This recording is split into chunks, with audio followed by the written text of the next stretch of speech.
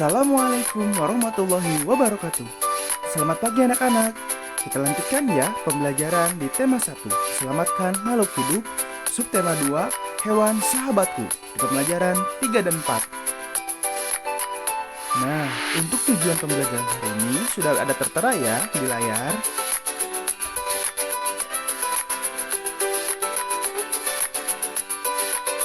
Kalau begitu, mari kita mulai pembelajaran di pagi hari ini.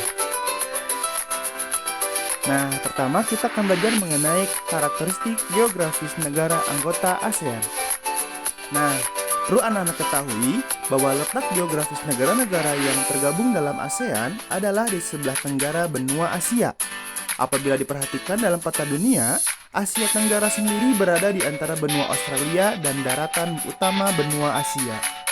Sementara di sisi lautan, posisi Asia Tenggara berada di tengah-tengah antara Samudra Hindia dan Samudra Pasifik.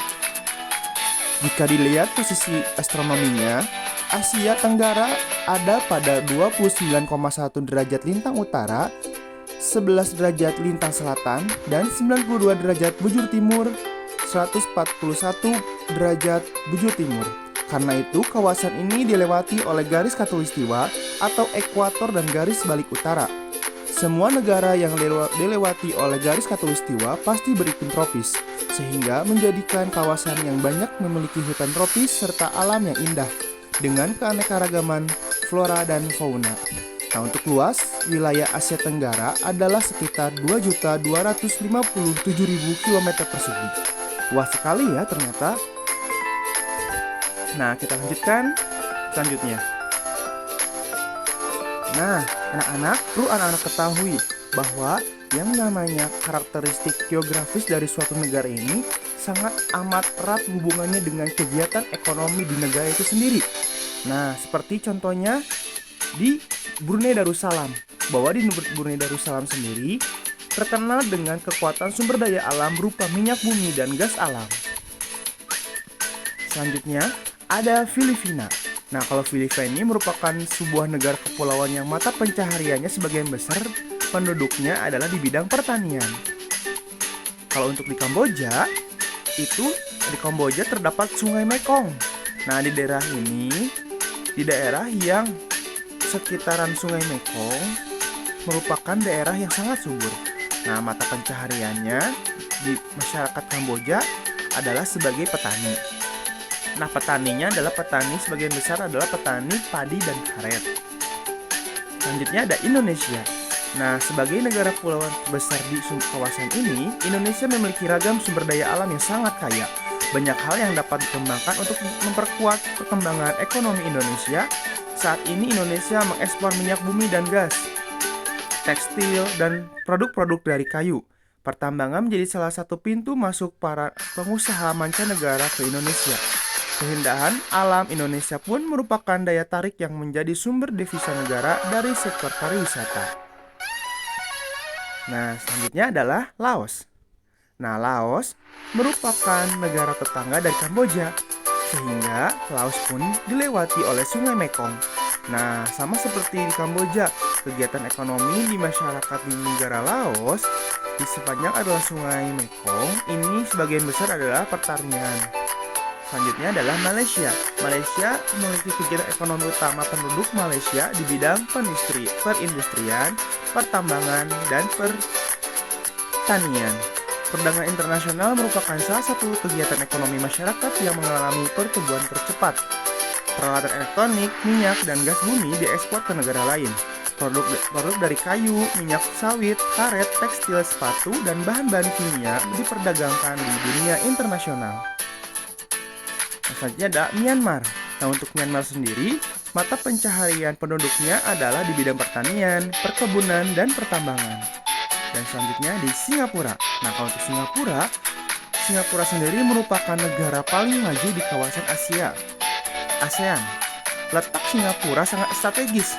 Saat ini Singapura menjadi negara transit teramai di Asia. Wah, bukan lagi ASEAN ya, Asia Tenggara ya, tapi di Asia.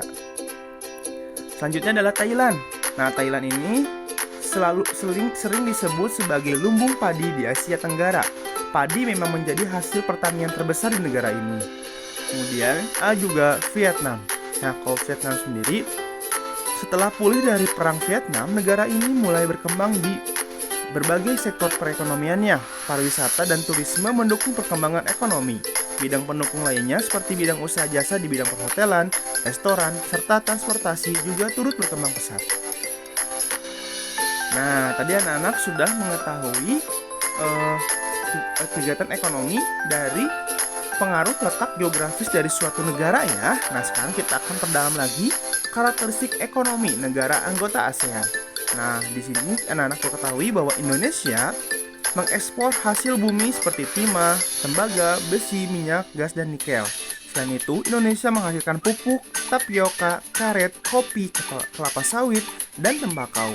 Untuk sektor perikanan, Indonesia juga menghasilkan ikan tuna, udang, dan teh. Juga diekspor ke negara lain. Kalau untuk Brunei, nah di Brunei ini terkenal dengan pengeksporan minyak mentah, gas alam, dan minyak bumi. Selanjutnya di Malaysia. Nah, untuk Malaysia sendiri, mata pencahariannya itu pada sektor pertanian, pertambangan, dan perindustrian. Nah, selanjutnya di Singapura. Nah, untuk Singapura sendiri mengekspor mesin dan alat transportasi, serta juga alat elektronik dan barang-barang konsumsi. Bahan kimia dan produk olahan minyak dihasilkan juga di Singapura. Singapura termasuk negara Asia Tenggara yang berpendapatan paling tinggi.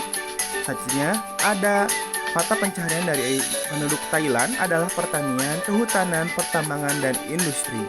Nah, selanjutnya ada juga di Filipina. Nah, kalau Filipina ini mata pencaharian utamanya adalah pertanian, pertambangan, dan industri. Selanjutnya di sektor perekonomian negara Vietnam. Nah, untuk Vietnam sendiri, mata pencaharian utamanya adalah pertanian. Padi merupakan hasil utama pertanian di Vietnam. Nah, selanjutnya untuk sebagian besar penghidupan penduduk Kamboja itu ada di sektor juga pertanian. Kemudian, rakyat Laos hidup di sektor pertanian yang menghasilkan beras, jagung, tembakau, dan kopi. Kemudian, komoditas perdagangan Myanmar meliputi kayu, terutama kayu jati, beras, pupuk, dan berbagai barang kerajinan. Nah, anak-anak, apabila anak-anak simak, dari semua negara ternyata kegiatan ekonomi yang paling utama adalah di bidang pertanian dan perkebunan ya. Dari pertanian beras, tadi ada juga jagung, dan lain-lain. Kemudian ada perkebunan seperti kayu, kemudian ada juga tanaman-tanaman lain. Ternyata negara kita pun tidak kalah kayanya dari negara-negara lain. Malah negara kita terlihat sangat sekali banyak mengekspor sumber daya alam yang sangat melimpah. Oleh karena itu, kita perlu menjaga sumber daya alam kita agar tidak cepat habis. Nah, anak-anak, pembelajaran kita lanjutkan ya. Nah, di sini sudah ada 10 pertanyaan yang harus kalian jawab. Nah, anak-anak, apabila sudah mengerjakan, boleh difotokan dan kirimkan seperti biasa ke Bapak ya. Nah, sekian pembelajaran hari ini. Terima kasih atas perhatiannya. Sampai jumpa di pembelajaran selanjutnya. Assalamualaikum warahmatullahi wabarakatuh.